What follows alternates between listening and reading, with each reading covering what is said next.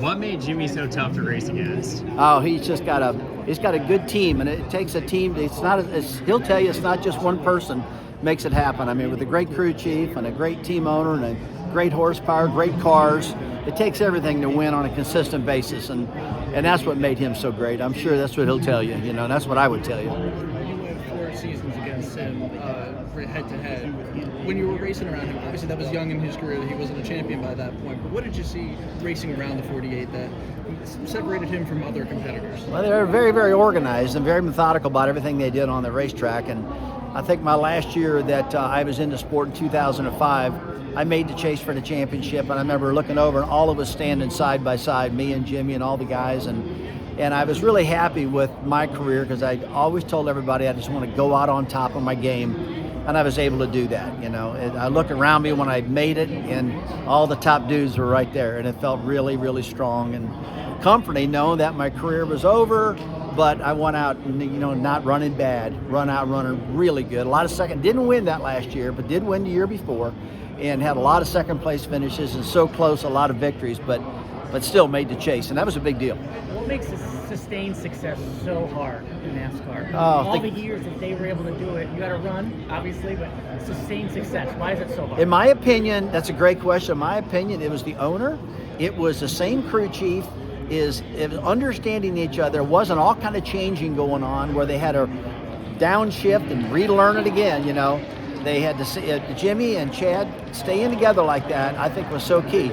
And with Chevrolet helping him and all this stuff with Mr. Hendrick being such a race fanatic too, he had the resources. So when you got the consistency with your crew chief and you got the resources, I mean, you're going to keep on going.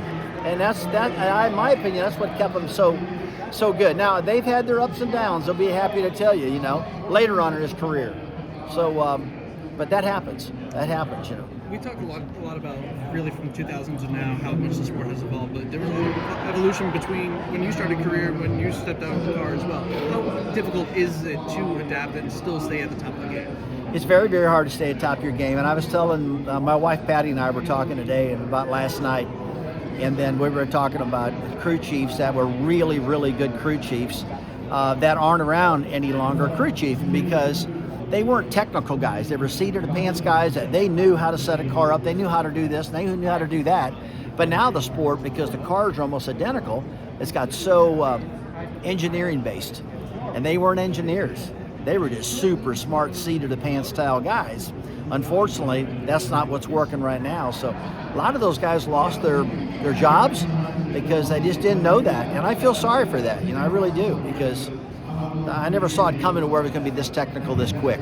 Rusty, it's going to be 30 years since Sterling won his first race at the Daytona 500. What do you remember about those cars that he was driving? Oh, and man. The sound, I know, is obviously that was a great question. It was a really cool deal to see that Morgan McClure car and all those guys, those engine builders they had at that team were so good.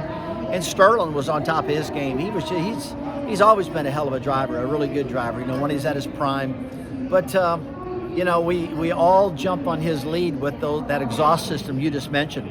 Those things came by, sounded like a bumblebee. They had those crossfire headers, they called it, on those cars. And it seemed like it gave them a little bit more power in certain areas, but they took well advantage of it, and they were really good at those speedways. And not only at the speedways, I see him run at Martinsville, how good he ran there. And I remember at the very end of Jimmie Johnson's career, he was doing those crazy exhaust sounds too with those headers and stuff. But I miss those guys. That was an era that was just unforgettable. That car was just really something. And then 2001, 2002, he kind of had a resurgence, with the Dodge and Chip.